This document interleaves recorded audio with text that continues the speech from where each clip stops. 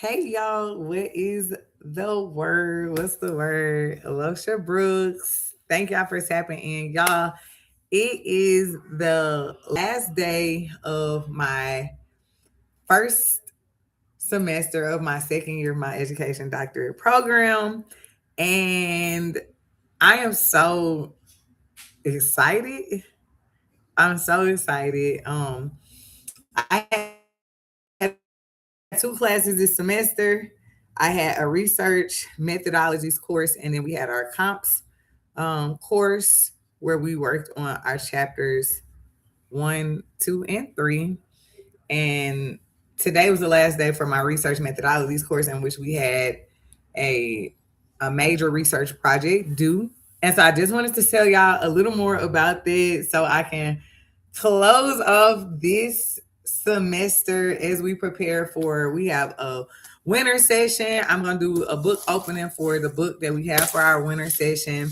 And then yeah, I'm just excited. So, just to give y'all more, if y'all saw the other videos, we just talked about this research methodologies course. It definitely has been interesting. It's taught by a professor that is not a part of my actual program cohort. And so, with it, I do notice that there is a different lens that is applied, and which I can appreciate, number one. But when it comes to research methodologies, my program, just to refresh you all, unless this is like your first time, but it's educational leadership with a focus on racial and social justice. So a lot of things that we do is coming from a racial and social justice lens. So even when we think about research, a lot of times research is conducted to, you know, keep vulnerable communities marginalized and express that through quantitative data. So through data that expresses things in numbers. And so in my actual program cohort, one of the things that we've done previously is just talked about different ways that you can embed equity in research. And that is really making sure that you take a qualitative approach, really analyzing the details, the story, and getting the narrative and capturing, you know, transformation through different processes of research. And so again, this class has been more, you know, the structured traditional research methodologies, lens, and application. And again, I do appreciate that. So I want to talk more about this particular project. We actually had to align a research study using the topic of interest of our research interest. And so my focus is on culturally um, efficacious, effective, culturally responsive professional development and the different vectors or variables that impact whether or not it's perceived as impactful, transformational, so forth. So I have a 3 member cohort group that is working on this research as we move forward. And so I am coming from a consultant perspective, as well as you all know, I am an educator, but I am coming from a consultant perspective as it relates to culturally responsive professional development.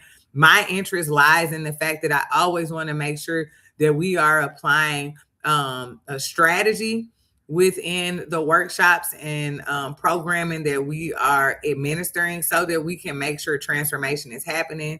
And so that is why I'm interested in the research, is because I want to perfect my craft.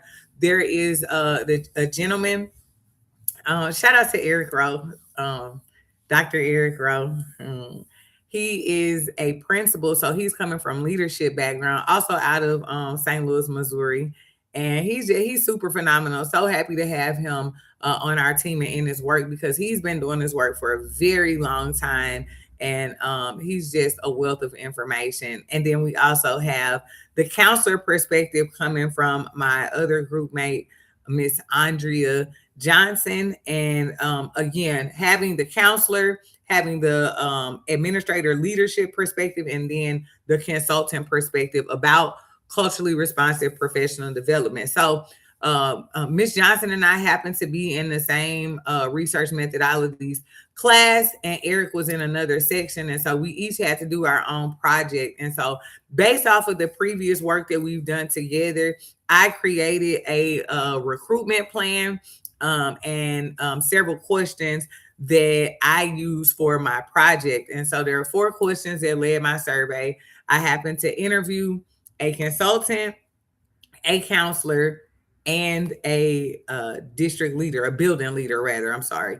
And so my project really the goal was to get us as students kind of engrossed in the process of data collection and reflection, and thinking about our positionality related to the research, the subjects that we are interviewing, and how we are processing the data as well, working with themes, working with coding. And yeah, so all of the things I want to share with y'all, the 4 questions that I came up with for my research project.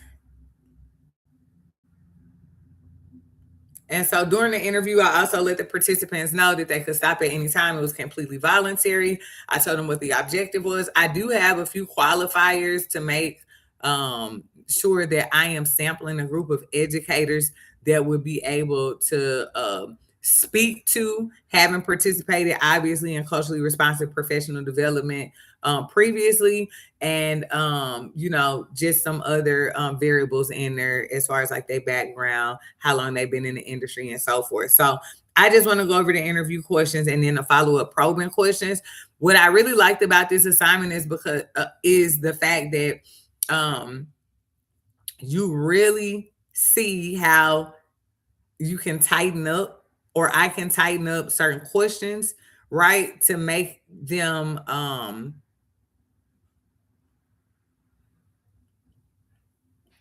more effective with getting the information like the first time without having to like reword the question and so forth. So again, I really appreciate this particular project because it's like you like shooting your shot at your research, and then it's giving you an opportunity to be like, these are some things that I'm going to change. Is this question leading, or how did I conduct myself during the interview? All of these things. So, all right, here are the 4 questions with the follow-up and probing question. So the first question: describe your experiences participating in or facilitating culturally responsive professional development. That's question 1.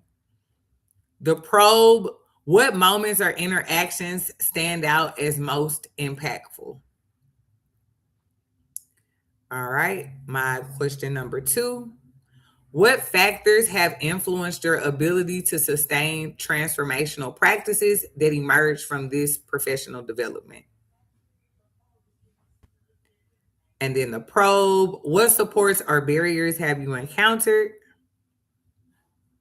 Question 3: from your perspective, what elements make professional development truly culturally responsive and transformative for educators? How do these elements show up in your daily practice or leadership decisions? And then question number 4, and like FYI, because y'all can like rewind or whatever, but I did read the question like 2 times for them, just because I'm a like repeat the question type person. All right. And then question 4: how has engaging in culturally responsive professional development influenced your understanding of equity, race, and power in your role? And then to probe: in what ways has this influenced your interactions with your students, colleagues, or policy decisions? So those are the questions that I asked my participants. And just to give you, as a part of my final project, we actually had to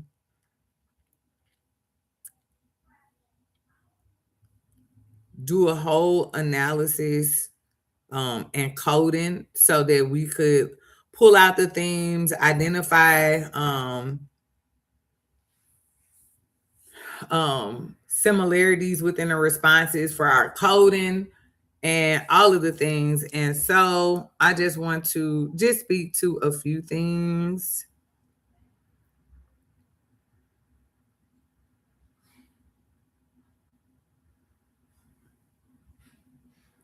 So these are like the final themes that came about.